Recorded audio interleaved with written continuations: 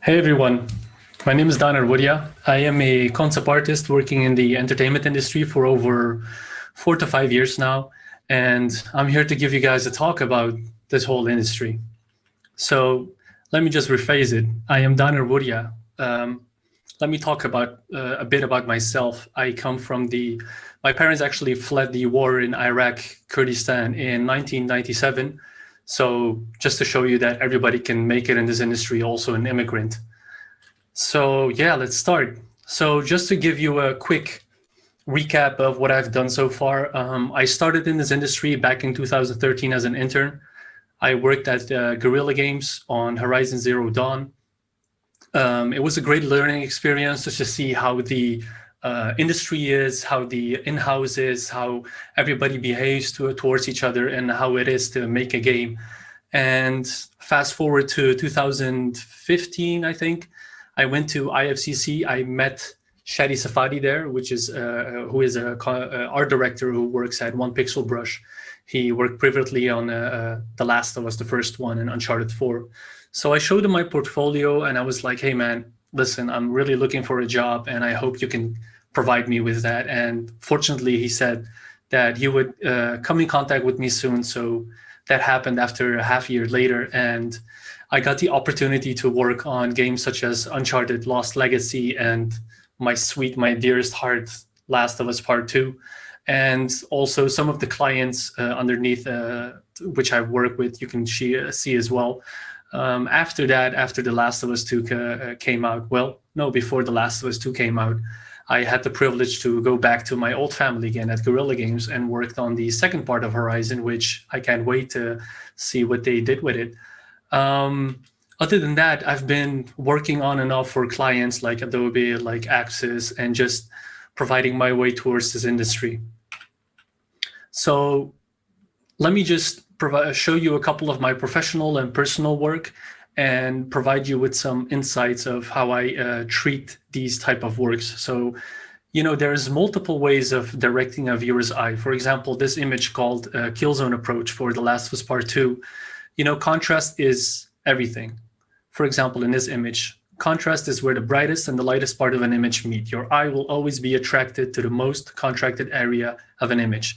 As you can see, if we look at the barn in the middle or Ellie and the horse, there's a lot of contrast between the character in the forefront, which is dark, and the background, which is light, just so the viewer's eye is immediately going towards that direction.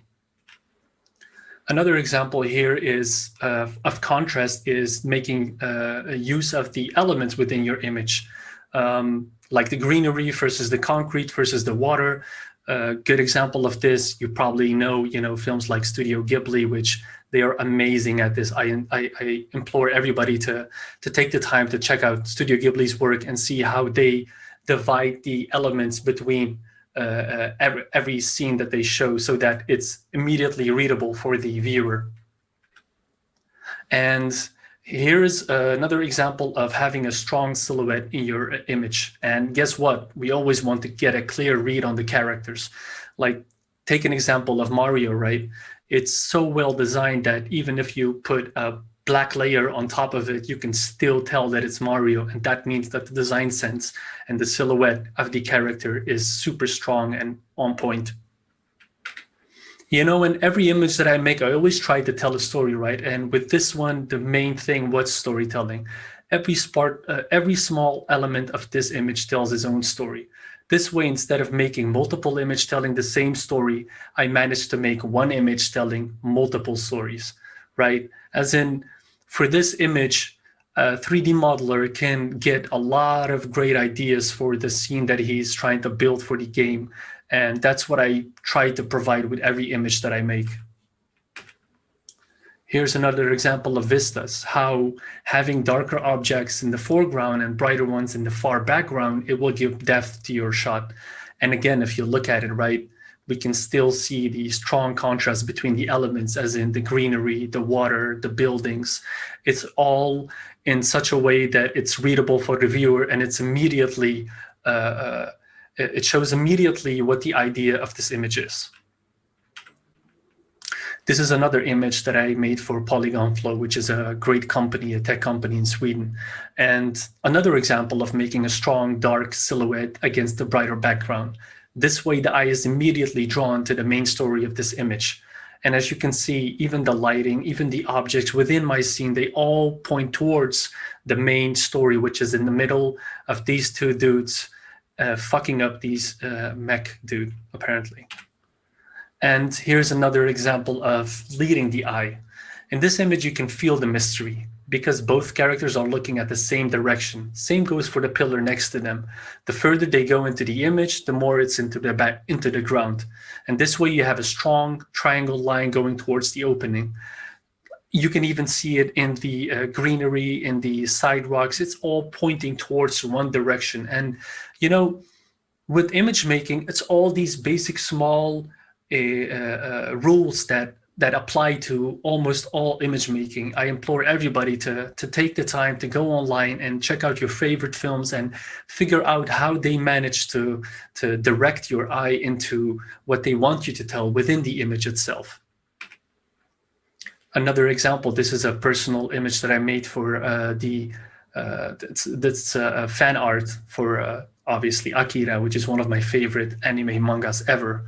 And within this one, again, it's a strong composition because everything is pointing towards the character and there is a strong silhouette between the foreground and the background. So just to give you like a small summary of my thoughts, I wanted the whole talk is about behind the curtains of concept art, right? Like how do our favorite artists manage to come up with these great ideas and these amazing designs within concept art, and how do they manage to have all these ideas within their brain, right? When I started, I always felt like I wasn't good enough to do that. So until I got into The Last of Us 2 and I got knowledge from all my favorite artists that I got to work with, like Eitan Zana, Florent Rolbrun, John Sweeney, Jama, everybody who is great at designing not only prop design, but also environment design, designing with light. The topics that we will be discussing is creativity. How do we come up with unique ideas? And reference. How do we apply our references? These two things are, for me, are like sisters to each other. And I'll explain in further examples why that is. So just a disclaimer, right? Just my friend Kanye telling you right now, all information shared here are strictly based on my experiences. You know, the following will contain coarse language and pulverizing opinions, but if you feel triggered, then buckle up because it's going to be a subjective ride. So how to be a cheater, but don't tell the concept art police, please, because I don't want to be locked up. I don't like that word before we start, because the thing is, if I looked it up in the dictionary and it said acting dishonest to gain an advantage. And for me, acting dishonest in relation to what? Reality? You know, I find this word very offensive. It makes me feel guilty for doing my job. I did not cheat. I did what I had to do to make it look good. And you know what? Just for good old sakes, let's keep the word cheater and cheat in this image, in this presentation. Examples of cheating in film. This is an example of David Fincher's Seven, right? If you look at the left side, it looks supernatural, the lighting. It looks all on point. It looks like you are in the room. But if you look at the right side, you see that he's making use of practical lights to enhance his dramatic lighting. And you don't need to justify your light if it creates visual tension. If the practical lights are logic, the dramatic lights are purposely artistic.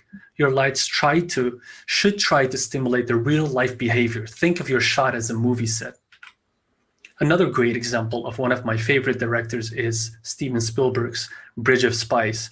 Again, on the left side, it looks supernatural. It looks super, it feels like you're in the room, right? And again, he's making use of practical lights to enhance his dramatic light.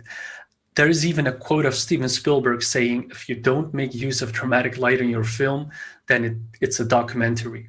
And I just love that quote because it stayed with me. And I'm always thinking about this when I am, you know, making a scene in 3D. I think as a director, I think as a cinematographer, I think as a set designer, I'm all in one because I have the power to do whatever I want and to bend reality and make it look good and see it fit to my own needs. Let's see if you guys can note any of the trickery in this scene from The Lord of the Rings. And don't worry, the sound is very low, so just focus on the scene.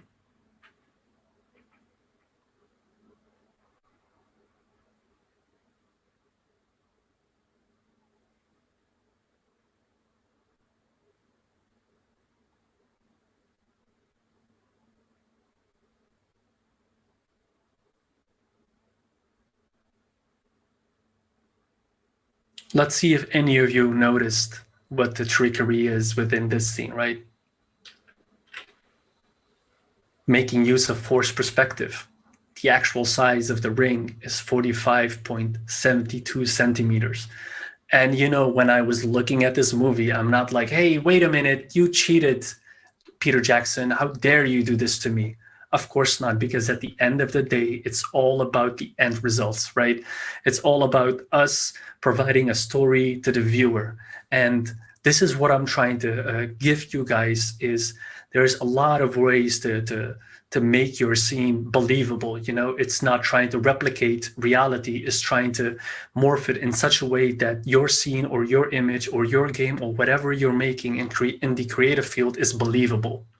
And in so many ways, traditional cinematography is ahead of the work that we do as digital artists. I think creating in 3D worlds probably has many concerns that we have to deal with. Sometimes we want to show off our stuff. Perhaps other times we are so focused on a technique that we lose sight of the story being told. And good example of how CG camera can zoom around everything in your scene. Just because you can doesn't mean you should. A good lesson from film noir is that what you do not see is as important as what you do see. And with this, I mean, let's take a scene, right? Let's say the camera is showing your scene within, so you're looking at the scene, but everything behind the camera is all in your power to enhance the lighting, to enhance the storytelling. There's not a police that will check up on you and be like, hey, wait a minute, you can't cheat on that because you're not using natural light. Of course not. At the end of the day, it's all about end results. And ladies and gentlemen, the king of stealing and cheating, who has held to be the most creative person, one of the best directors of all time, Quentin Tarantino. And I'll give you a couple of examples of his movies where he got inspired or cheated or even stole from other movies and used it in his own image making and filmmaking.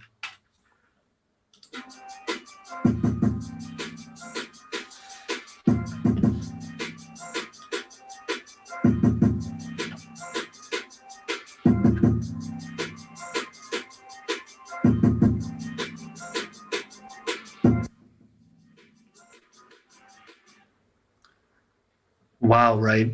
For me, this was such an eye-opener because I thought like, wait a minute, how is it okay for a director to do whatever he wants, to take from whatever he got inspired? But as artist, I always feel like I am being judged by other artists for taking inspiration, for even borrowing inspiration from other artists, and everybody steals from each other.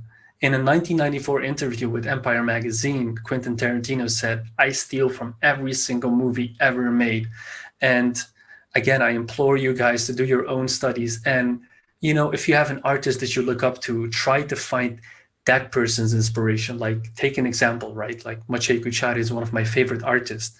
And what I love about his work is I can clearly tell that he got inspired by, animes and mangas like Ghost in a Shell, like Akira, and you can see that in his work. And for me, that's not a bad thing where I'm like, wait a minute, he cheated. That's actually admirable because I'm like, oh, wow, he's showing who Maciej is.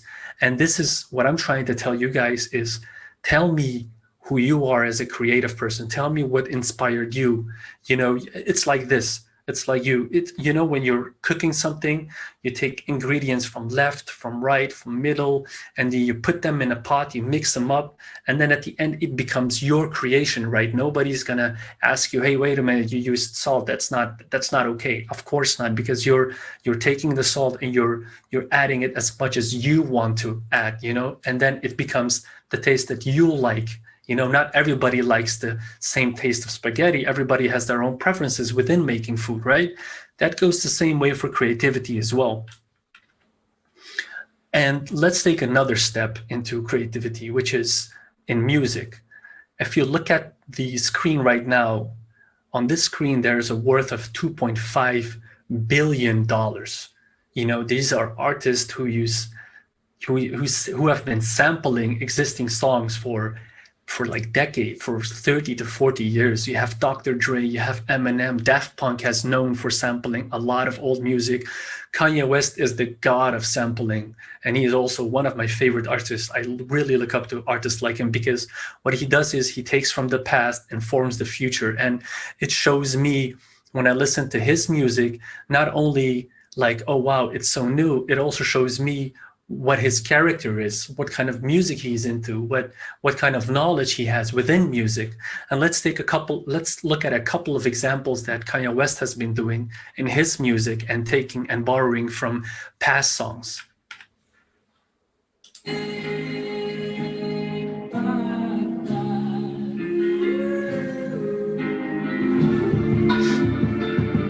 Good morning.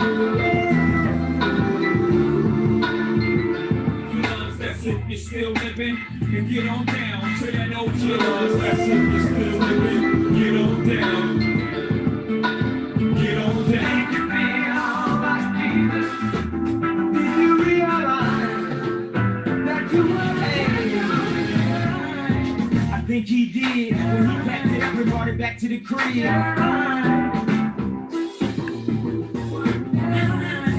John B. Pop the gun, stand up, here he comes. Me and Christian Dior, damn, they don't make them like this anymore. I asked, cause I'm at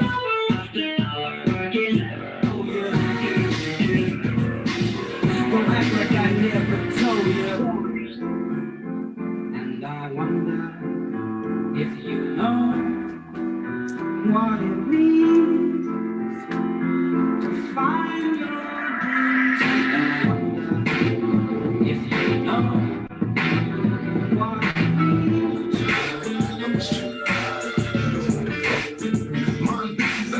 You ever wonder what it all really means? You wonder if you ever find your dreams.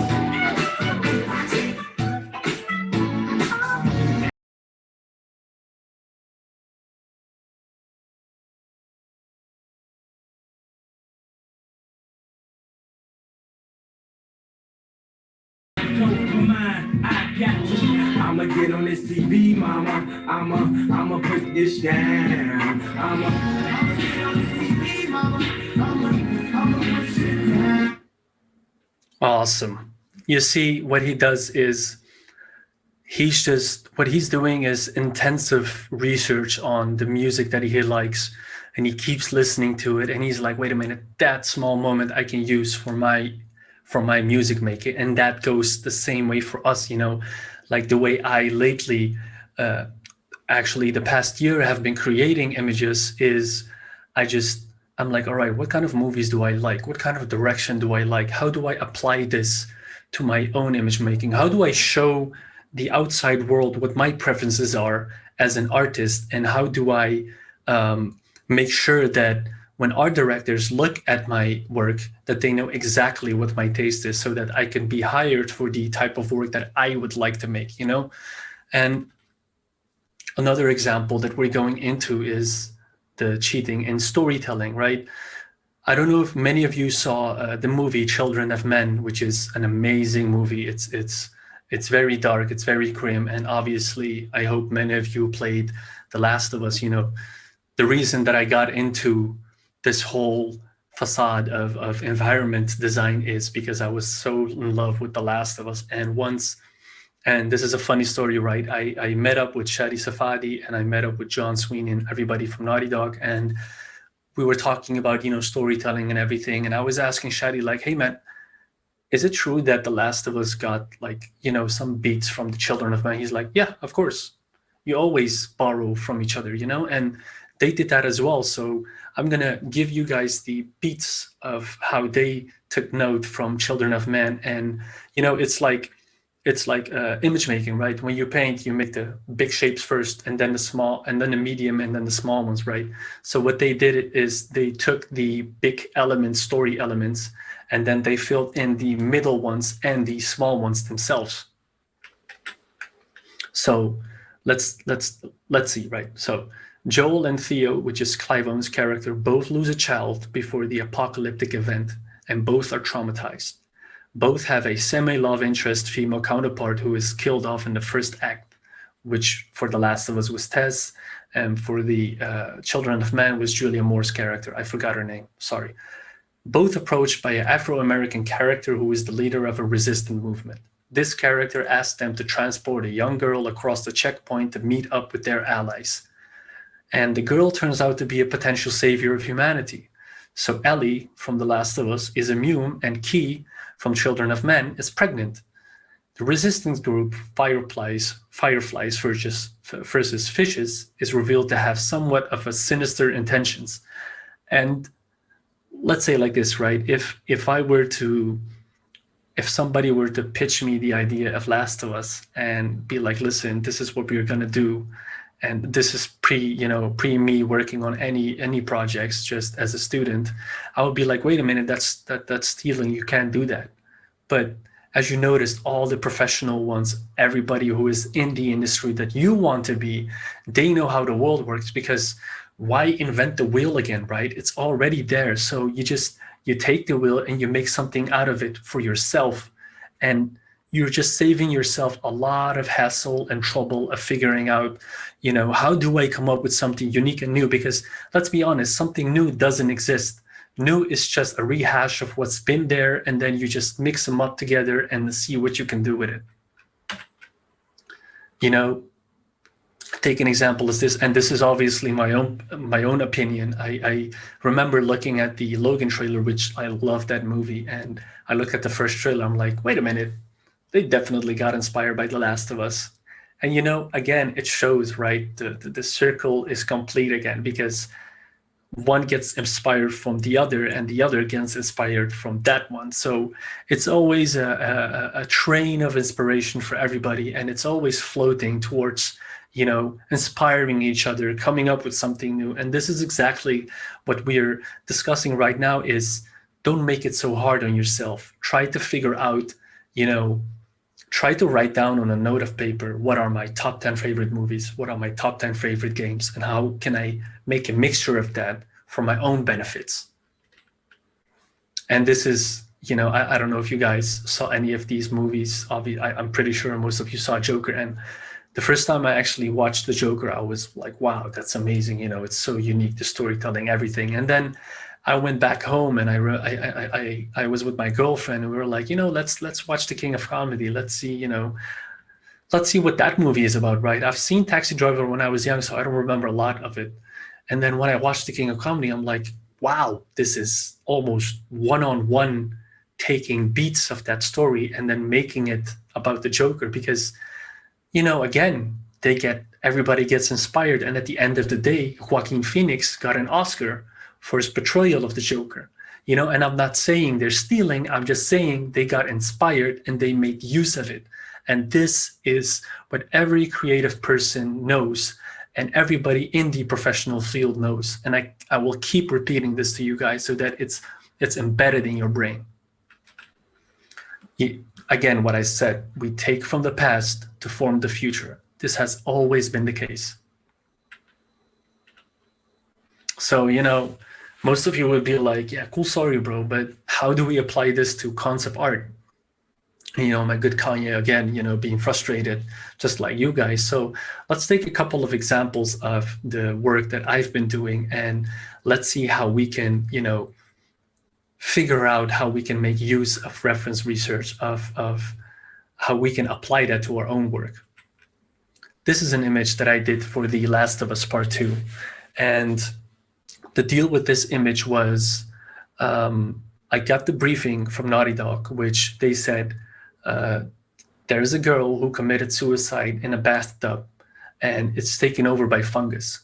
So for me, obviously, when I hear these words, my brain, which, our visual library is only limited to an amount of information that you got from the past, right? So I need to fill that up with new information that I haven't had before, because if I don't do that, I'll do the most cliche thing ever. And the easiest route is to just go immediately into it and just do what you already knew.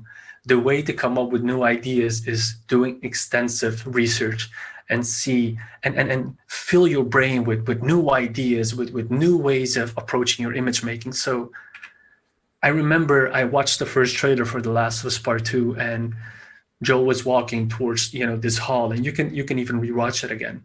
He was walking towards this hall and he was looking to the right, and there was a bathroom. And I remember that lighting stuck on me. So, excuse me, a vague memory was like that lighting would fit to this scene. So first thing I did is I looked up that trailer, I took a screenshot. All right, good. We got our lighting set. Second thing was what kind of composition do I do? What kind of composition am I going to approach? And for the composition, I did, again, extensive research in films, because I'm such a movie buff and I love to see how directors come up with unique ways of telling their story within composition. So I found this composition of this movie that I can't really recall which film it was, but it stuck to me because, what are the chances that it's showing a woman in a bathtub, just like in my scene, right? So, and then for the reference of the fungus, even though The Last of Us isn't almost like a fantasy sci-fi game, it's 80 to 90% based on reality, and even the fungus is based on reality. You can actually look that up on YouTube, where they got the idea for the fungus. So, I looked that up. I'm like, instead of trying to copy the game, let me check how they come up with the idea and figure and then go and find that reference. And again, I came back to reality, which is these funguses, and I love the way the shape is looking. So I thought, like, all right, I'm going to try to make the shape of the fungus exactly like the reference that I'm showing right now. And again, as you know, as I said before, we see all the small pointy fungus pointing towards the girl, and even the lighting has this kind of majestic lighting towards it, like it's coming towards us, and there's like this subsurface scattering in the fungus just to give it more depth. So it's all these small storytelling and elements which adds to the overall composition and the lighting itself. So there's an image that I'm going to show you in the further slide. I had this idea, right? I wrote it down. What I wanted to do is I wanted to have a knight kneeling at a statue, which is, it's at a foggy, kind of dark place, and the snow is taking over at a graveyard. And my first thought was like, if I went into it, I vaguely know how a graveyard looks like, but I've never been to such a graveyard, especially one which is in the Eastern Europe. So obviously I had to do research, and as you can tell, I took these are just a couple of examples of the photos that I found, but there's like megabytes and gigabytes of reference photos that I every day collect and just store them up in my hard drive, just so I can always go back to it, instead of every time that I make an image, spend the time going on Google, because that way I'm breaking off my flow.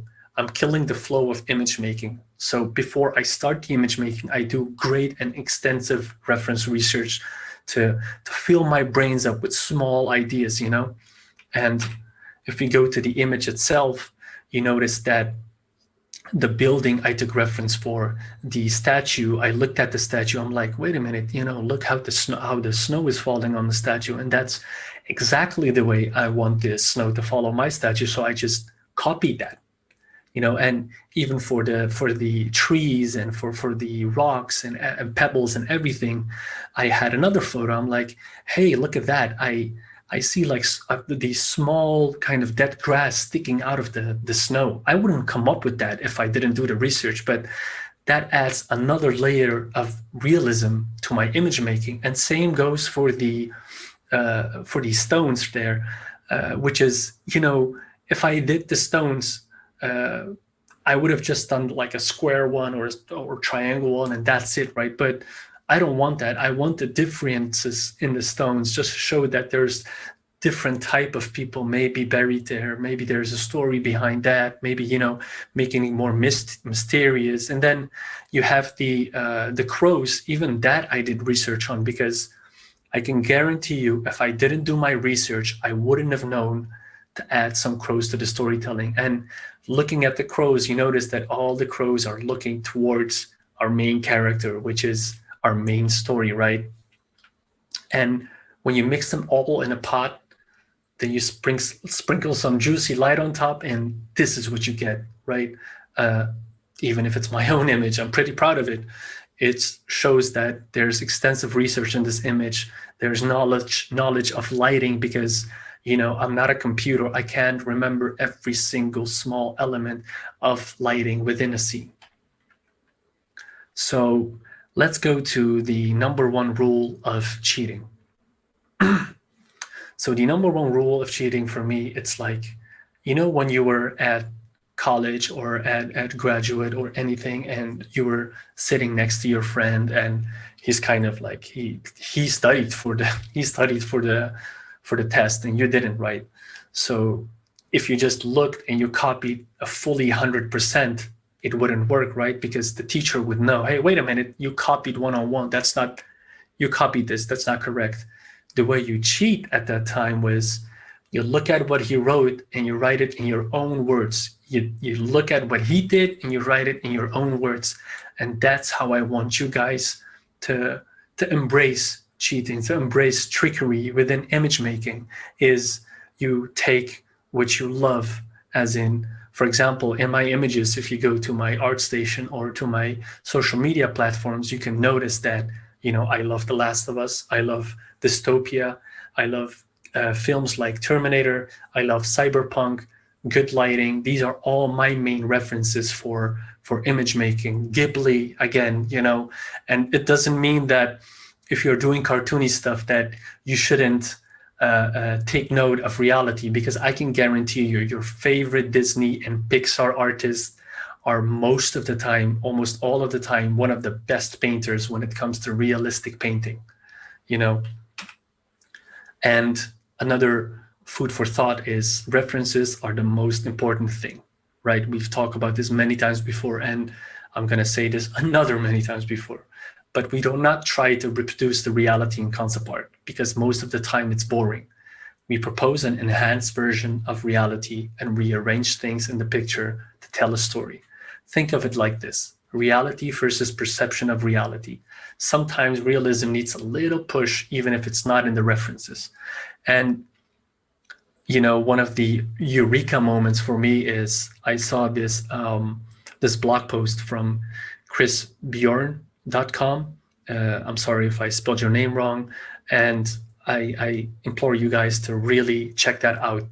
Check out that website. He's going to tell you in detail and baby steps how color works, how lighting works, how VFX artists behave within, this reality of making CG animation. And that implies for all of us. It's not like, see it a bit like this, right? As an artist, Dr. Dre, he's mixing music and he has like a shit ton of buttons, right, to press. And if he pushes, and keep in mind, right, that every button that he has is a part of concept art. So one is creature design, one is character design, one is, let's say, environment design, one is illustration. And if you push everything towards up, it's going to sound noisy because there's no balance in it. But if we really delve in and be like, you know what, I'm going to focus on environments now, and characters maybe a little bit, and vehicles maybe this much, so that it's balanced out and it's actually mixed in the way you want it to be mixed as an artist, right? So with that, I want to thank you for your time, and just a couple of end words, just some motivating words for everybody. Don't forget, the only person holding you back is yourself. Believe in your gut feeling and keep on creating. You know, I'm going to tell you a personal story. As a creator, I always felt like, and I still feel like that every single day, that when I started out, I always got angry when I saw that other people grew more than me. I always got frustrated because I was like, why am I not growing as fast as the other person, right? And I'm pretty sure most of you guys have that. You go on ArtStation, you go on Instagram, whatever platform you're on, and you're like, oh my God, I can't do this. Oh my God, how does that person do that? And you shouldn't compare yourself with other people. With Instagram, I'm taking an example as Instagram, right? With Instagram, it's like you're from your backstage looking at somebody's showreel. So people are only showing the best of the best of themselves online. It's not like they're showing a bad image or a bad drawing, but keep in mind that every good image, there's 100 failures behind it. And that goes for any creative purposes. You know what I mean? So I implore you guys that at the end of the day, right, do what your hunch feeling says, do what your gut feeling says. If you want to do illustration, do illustration. If you want to do vehicle design, do that. If you want to do concept art, do that. Because at the end of the day, when you're 50, 60, or whatever age you are at that point, you can't give anybody the fault of the stuff that you didn't do, but you could be damn well proud of the stuff that you did do on yourself because you listened to yourself. So please, everybody, take the time, enjoy this field that you're in, this creative field, because not everybody has the honor, has the privilege of doing this. It's if you ask a mountain climber, right? If you ask him what is the joy of climbing a mountain, I can guarantee you 95% will tell you it's not reaching the end result. It's actually the way towards the climbing, that's the enjoyment of it. And I wish I can tell myself that when I was younger, that try to enjoy it more. Try to take a break and take a step back and see how much you grew from a month ago, from a week ago, from a year ago. Because if you only focus on the big rewards, the big achievements in your life, there's maybe only going to be a few. But if you focused on the smaller ones, and that doesn't only have to do with art.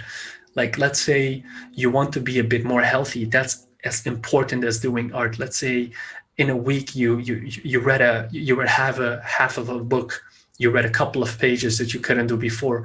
These are all small moments that you should be proud of, and in that way you motivate yourself to do better in any other field.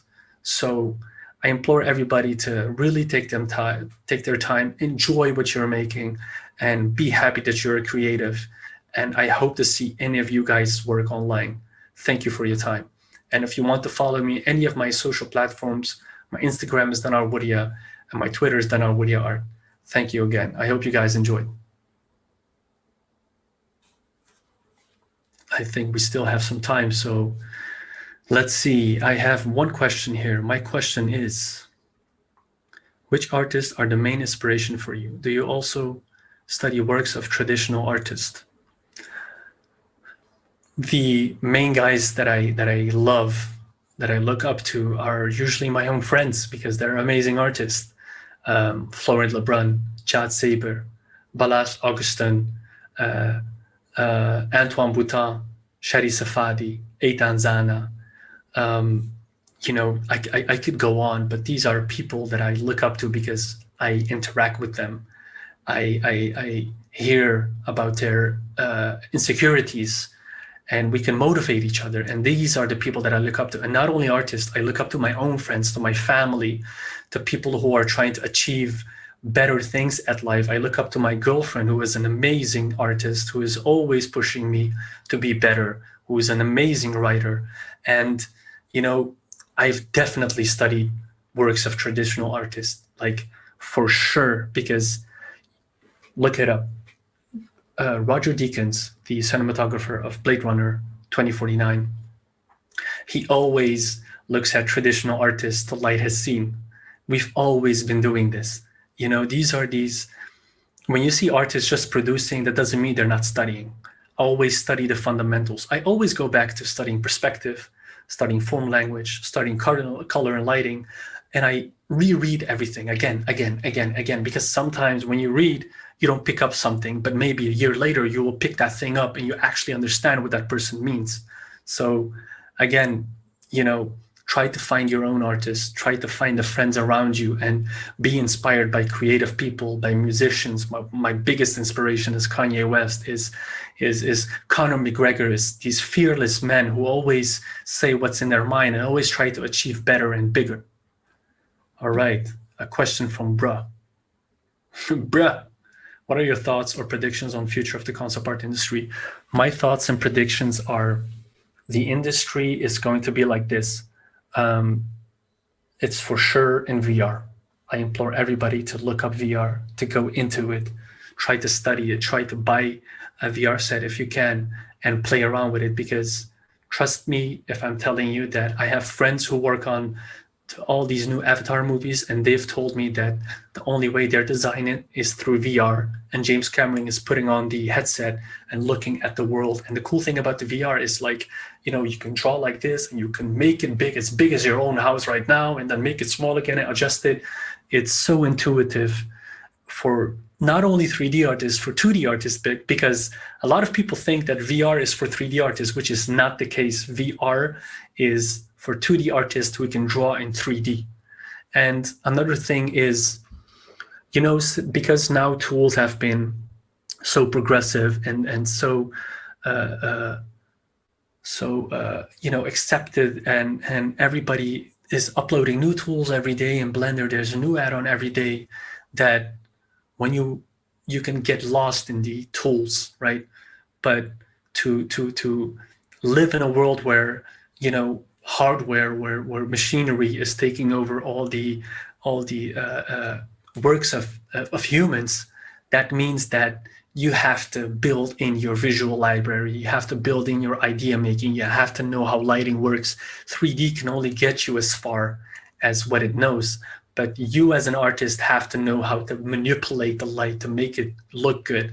I'm actually uploading a tutorial very soon on that on my Gumroad, so keep an eye on my Instagram, and for sure I'll go in depth into lighting and how you can come up with ideas and stuff. Did you attend an art school, or are you a self-taught artist? I always feel like I'm not going to make it because I'm a self-taught artist. Let me tell you this, Mr. Anonymous. I attended 2 art schools. Most of them sucked, because the problem with art schools in Europe is there's this issue for me that I've always had with art school, is that the teacher tries to put his own taste into your taste, into what you want to achieve, Excuse me. I remember that I was doing concept art, and all my art teachers were like, don't do that, do this, don't do that, do this. I'm like, you are supposed to guide me towards what I want, not to point out to me what you like and I should go into that direction. So, and I can guarantee you, man, most artists who have become something in this industry or who are big, most of my friends are self-taught artists. And even if they studied art school, doesn't mean you're going to get it, because most of the time that I learned something about art, that I got better at art, was after school hours, because I got to my college and they were promoting like, oh, you can work at Gorilla, woohoo. And I thought like, oh yeah, cool, I can maybe make use of that. And I got into it, and then the first month I was doing coding and I got so frustrated, I got mad. I'm like, what the hell, I signed up for art, I didn't sign up for this. So art schools are out of touch with what's going on in this industry. Rely on yourself. Your best friend is internet, is Google, is YouTube. That's my best friend right now. I'm not relying on any art school. I'm not even I'm just frustrated. So please, no, self-taught artist is the fucking way to go, for sure. But there is a great school in Paris, which I taught, New Edge, which is they made this small section called concept art. And the cool thing about them is they're hiring industry artists from now to teach at that school every week. So if there's a school I would recommend, is concept art at New Edge. But it's all apples and oranges. It doesn't matter, man. It's all on what you put in. If I'd like to work in the industry, should I look for a mentor, contact people with questions, or what should I showcase? What I would say is a great way of growth is you have to put yourself in line, right? Like, I'll take an example. I've been reading this book called Peak Performance, and it's talking about, how to not get burned out. And there's two types in our brain, right? It's type 1 and type 2. Type 1 is your comfort zone, everything you know. So you do stuff without thinking, if it's not B, it's C. If it's not C, it's D. That's your type 1. And type 2 is when you are stressed out and you're challenging yourself, right? So the great way to learn, to grow is you have to try to do it on yourself first. Try to make a couple of images. Push yourself to the fucking limit, right?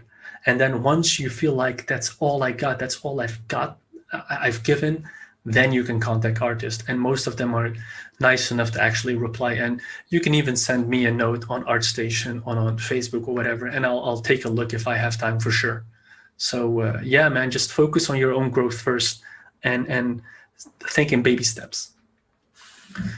Your private library, how do you organize it? Do you sort by what? Characters, places, maybe dates? How often do you take photos? By any occasion?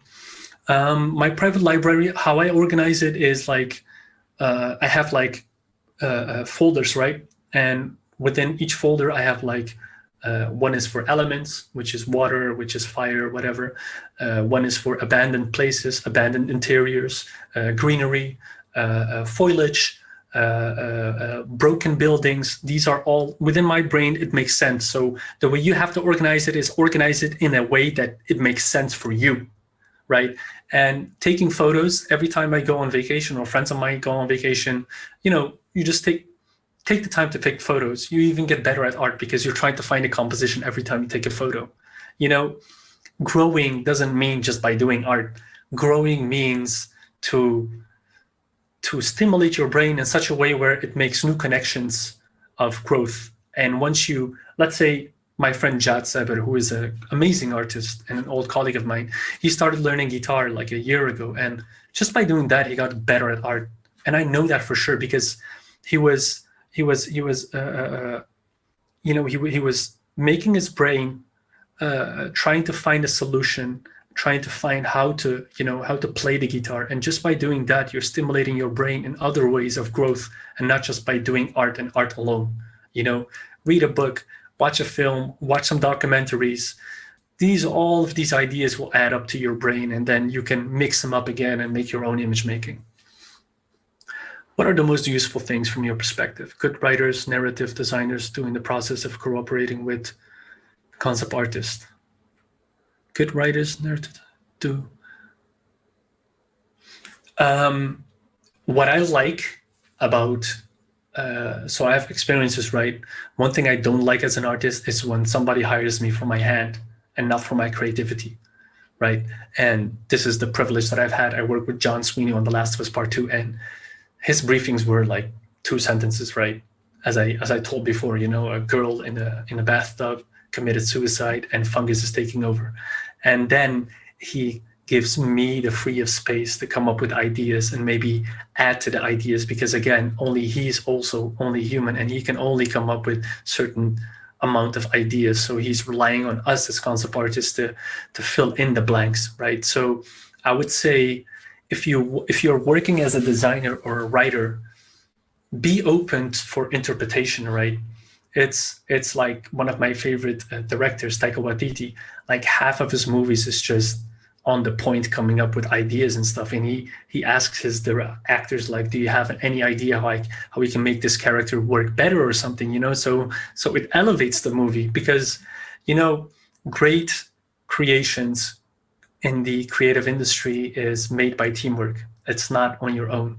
And even for me, I always ask for advice from my friends and be like, hey, what do you think of this image? And how can I improve it? So it's always teamwork and back and forth, and be like, hey man, what do you think of this? And sometimes maybe he will like it, and sometimes he doesn't like it. So, it's just back and forth and see which one works best and what doesn't.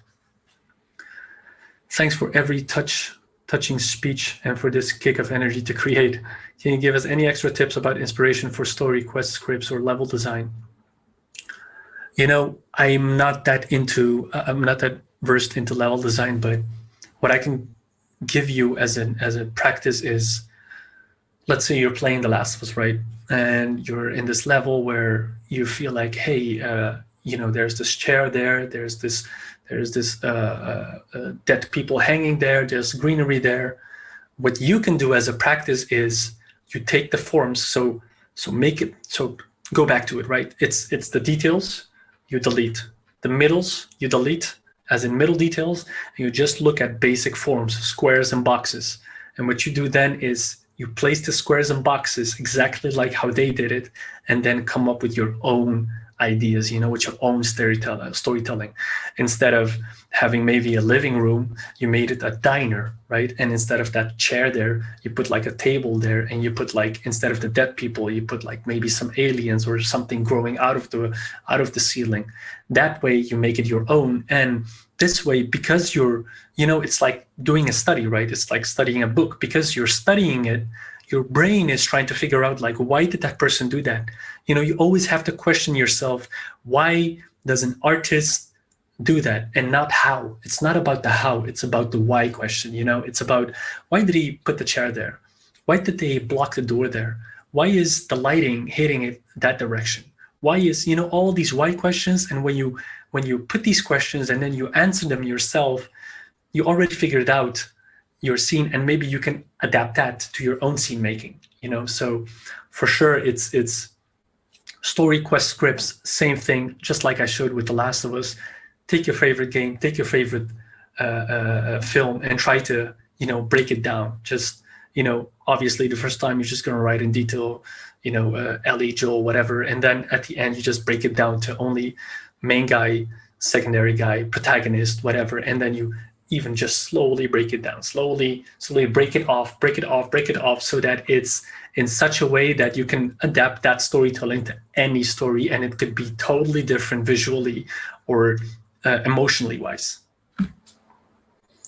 Man, thank you so much, guys, for taking the time to ask these questions, and I truly hope you got something out of it. And have a great day, and just keep positive in these times. Make use of this COVID-19 situation. Everybody's complaining about it. For me, it's like, thank God I'm taking a break. I don't have the feeling of missing out.